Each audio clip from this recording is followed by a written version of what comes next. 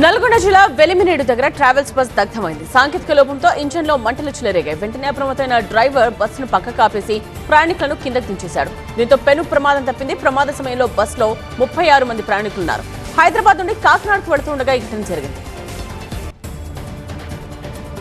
ఇవాళ టీడీపీ కేంద్ర కార్యాలయానికి ఆ పార్టీ జాతీయ అధ్యక్షుడు చంద్రబాబు వెళ్లనున్నారు.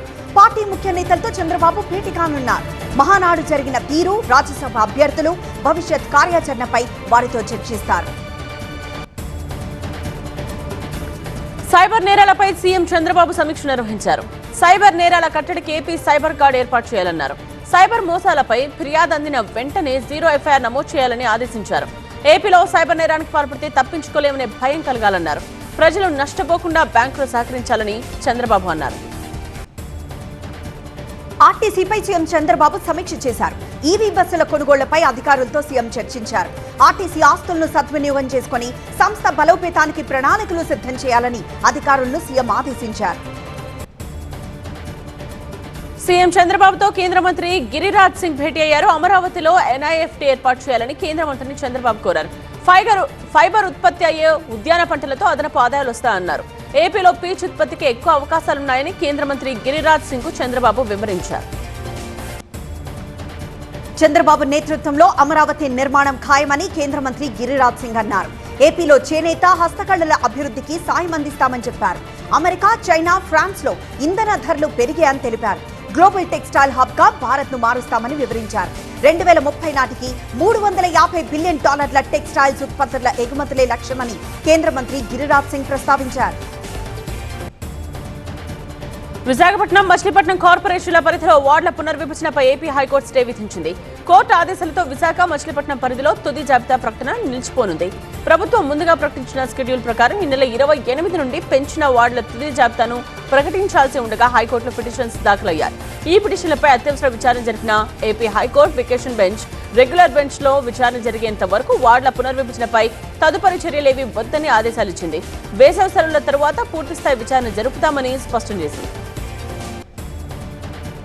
దేశవ్యాప్తంగా కొత్త జనాభా లెక్కల ప్రక్రియకు అడుగులు పడుతుంటే అధికారులు మాత్రం 2011 జనాభా లెక్కల ప్రకారం ఓట్లను ఎలా పునర్విభజిస్తారని మాజీ మంత్రి పేర్ని నాని ప్రశ్నించారు.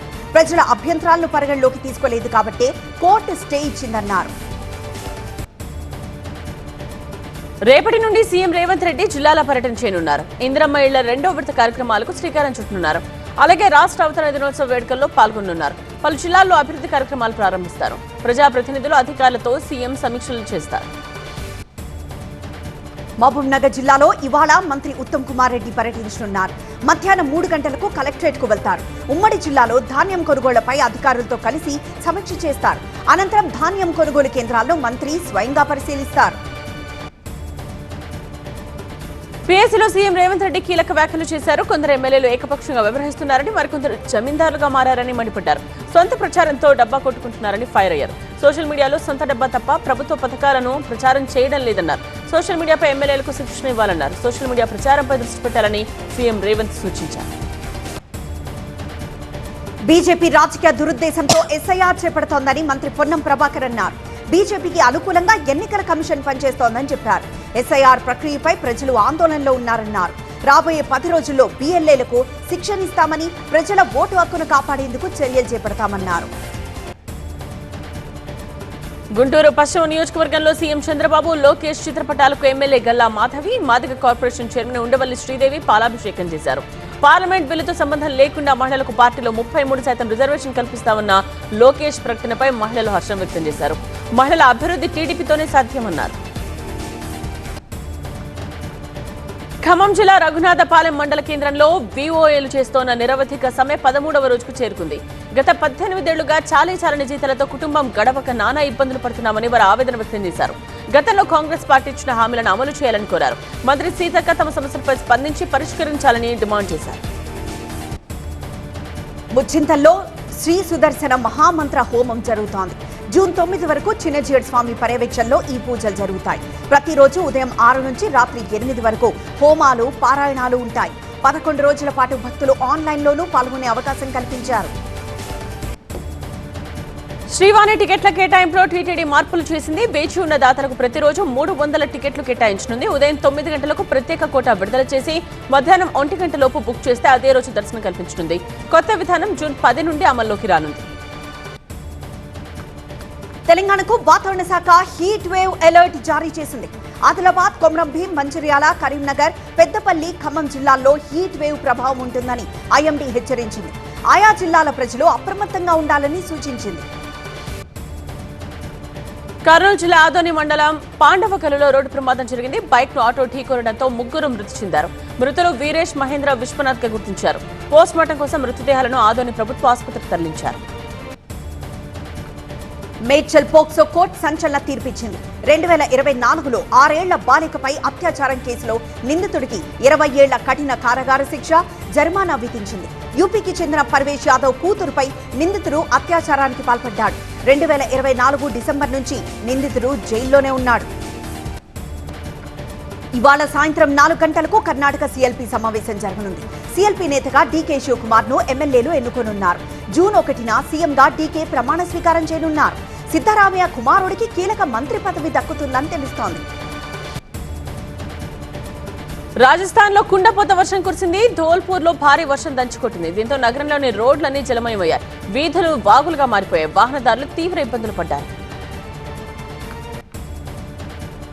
త్రిపురలోని అగర్తలలో పర్యాటకుల సందడి నెలకొంది. తూర్పు భారతదేశంలోనే అతిపెద్ద జల ప్రసాదమైన నీర్మహల్ ప్యాలెస్ కు పర్యాటకులు పోటెత్తారు. బోటు షికారు చేస్తూ రమణీయ దృశ్యాలను ఆస్వాదిస్తూ పర్యాటకులు ఎంజాయ్ చేస్తున్నారు. 4 రోజుల పర్యటన కోసం మయన్మార్ అధ్యక్షుడు మిన్ ఆంగ్ లాయింగ్ ఇవాళ భారత్ రానున్నారు. ప్రధాని మోదీ ఆహ్వానం మేరకు ఆయన ఢిల్లీ వస్తున్నారు. సరిహద్దు భద్రత, కనెక్టివిటీ, ఇతర అంశాలపై మయన్మార్ బృందం చర్చలు జరుపుతుందని విదేశాంగ శాఖ అధికార ప్రతినిధి రణ్ధీర్ జైస్వాల్ తెలిపారు. పంజాబ్ మున్సిపల్ ఎన్నికల్లో అధికార ఆమ్ ఆద్మీ పార్టీ ఘన విజయం సాధించింది. 8 మున్సిపల్ కార్పొరేషన్లు సహా 103 మున్సిపాలిటీలకు ఎన్నికలు జరిగాయి. 1977 ఓట్లకు గాను 860కి పైగా వార్డుల్లో ఆప్ అభ్యర్థులు విజయం సాధించారు. ఈ విజయంతో ఆప్ శ్రేణులు సంబరాలు చేసుకున్నాయి. తీర్పు వాయిదా వేసిన 3 నెలల్లో వాటిని వెలువరించాలని అన్ని హైకోర్టులకు సుప్రీంకోర్టు సూచించింది. తీర్పుల జాప్యం కారణంగా కక్షిదారులకు తీవ్రమైన నష్టం కలుగుతోందని తెలిపింది. వ్యక్తిగత స్వేచ్ఛకు సంబంధించిన కేసుల్లో నిర్ణయాలు వేగంగా ఉండాలని నొక్కి చెప్పింది. బెయిల్ దరఖాస్తులపై ఆదేశాలు అదే రోజు వెలువరించాలని, ఒకవేళ వాయిదా వేస్తే మరుసటి రోజు తీర్పు వెల్లడించాలని స్పష్టం చేసింది. గుజరాత్లోని భారత్ పాక్ సరిహద్దు ప్రాంతంలో కొత్త సరిహద్దు అవుట్ పోస్ట్ ను హోంమంత్రి అమిత్ షా ప్రారంభించారు. హరామీ నాలా ప్రాంతంలో సెక్యూరిటీ వ్యవస్థను బలోపేతం చేశామని ప్రకటించారు. సాంకేతికంగా, భౌగోళికంగా అనేక సవాళ్లున్నప్పటికీ ఈ ప్రాంతంలో బలమైన సెక్యూరిటీ నెట్వర్క్ ఏర్పాటు చేయడంలో విజయం సాధించామని అమిత్ షా తెలిపారు. ఆపరేషన్ సింధూర్పై ప్రత్యేక పుస్తకాన్ని రక్షణ మంత్రి రాజ్నాథ్ సింగ్ ఆవిష్కరించారు. గతేడాది మే 7 నుండి 10 వరకు జరిగిన ఆ సైనిక ఆపరేషన్ కు సంబంధించిన అనేక కీలక విషయాలు ఈ పుస్తకంలో పొందుపరిచారు. ఆ ఆపరేషన్ లో పాల్గొన్న అధికారులు, సెయిలర్లు, అలాగే ఎయిర్మెన్లు వ్యక్తిగత ధృవీకరణలు కూడా ఈ పుస్తకంలో ఉన్నాయి. అనవసరమైన అడ్డంకులు తొలగించి వ్యవసాయ వ్యవస్థను సులభతరం చేయాలని వ్యవసాయ శాఖ మంత్రి శివరాజ్ సింగ్ చౌహాన్ పిలుపునిచ్చారు. నియమ నిబంధనలు రైతులకు అనుకూలంగా ఉండాలి తప్ప అవి వారికి భారంగా మారకూడదని చెప్పారు. రైతులకు తోడ్పడేలా నిబంధనలు ఉండాలని చౌహాన్ స్పష్టం చేశారు. నీట్ పరీక్షలను నిర్వహిస్తున్న తీరు, వాటిని ముగిస్తున్న తీరుపై సవివరమైన నివేదిక సమర్పించాలని కేంద్ర విద్యాశాఖను సుప్రీంకోర్టు ఆదేశించింది. నీట్ పేపర్ లీక్ పై సుప్రీంకోర్టులో విచారణ జరిగింది. జవాబుదారీతనం లేదని సుప్రీంకోర్టు అసంతృప్తి వ్యక్తం చేసింది. ప్రస్తుతం ఈ వ్యవహారాన్ని ప్రధాని మోదీ స్వయంగా పర్యవేక్షిస్తున్నారని సుప్రీంకోర్టుకు సొలిసిటర్ జనరల్ తెలిపారు. ఆసియా గేమ్స్ ట్రయల్స్ లో పాల్గొనేందుకు రెజ్లర్ వినేష్ ఫోగట్ కు సుప్రీంకోర్టు అనుమతి ఇచ్చింది. ఆమె పాల్గొనేందుకు అనుమతి ఇస్తూ ఢిల్లీ హైకోర్టు ఇచ్చిన ఆదేశాలపై స్టే విధించేందుకు అత్యున్నత న్యాయస్థానం నిరాకరించింది. ఇవాటి నుండి ఈ ట్రయల్స్ ప్రారంభం కానున్నాయి. పెద్ద సినిమా ప్రమోషన్స్ జోరుగా జరుగుతున్నాయి. ఇందులో భాగంగా జూన్ 1న విజయవాడలోని ఇందిరాగాంధీ మున్సిపల్ స్టేడియంలో భారీ ఈవెంట్ ను నిర్వహించేందుకు పెద్ద టీం ప్లాన్ చేస్తోంది. ఈ వేడుకకు పెద్ద చిత్ర యూనిట్ తో పాటు పలువురు సినీ, రాజకీయ ప్రముఖులు హాజరు కానున్నారు. ఈ ఈవెంట్ అనుమతుల కోసం మేకర్స్ ఇప్పటికే దరఖాస్తు చేశారు. యష్ హీరోగా గీతూ మోహన్ దాస్ తెరకెక్కిస్తున్న టాక్సిక్ సినిమాలో కియారా అద్వానీ క్యారెక్టర్ పై అదిరిపోయే అప్డేట్ వచ్చింది. ఈ చిత్రంలో తన పాత్ర చూసి ఆడియన్స్ ఖచ్చితంగా షాక్ అవుతారని కియారా చెప్పారు. ఇందులో గ్రే షేడ్స్ ఉన్న క్యారెక్టర్ లో కియారా అద్వానీ నటిస్తున్నట్లు ప్రచారం జరుగుతోంది. 2027లో ఈ సినిమా విడుదల కానుంది. ఐపీఎల్ ఎలిమినేటర్ లో పంజాబ్ విసిరిన రాజస్థాన్ రాయల్స్ క్వాలిఫైర్ 2లో తేలిపోయింది. ములాన్పూర్ లో వైభవ్ సూర్యవంశీ విధ్వంసంతో 214 రన్స్ కొట్టినా బౌలర్ల వైఫల్యం ఆ జట్టును ముంచింది. భారీ ఛేదనలో కెప్టెన్ ఇన్నింగ్స్ ఆడిన శుభ్మన్ గిల్ సెంచరీతో రెచ్చిపోగా మూడో ఫైనల్ ఆడాలనుకున్న రాజస్థాన్ కల చెదిరింది. రాజస్థాన్ నిర్దేశించిన 215 పరుగుల భారీ ఛేదనను గుజరాత్ 18.4 ఓవర్లలోనే ముగించింది. రేపు ఆర్సీబీతో జరిగే ఫైనల్ పోరుకు గుజరాత్ సిద్ధమైంది.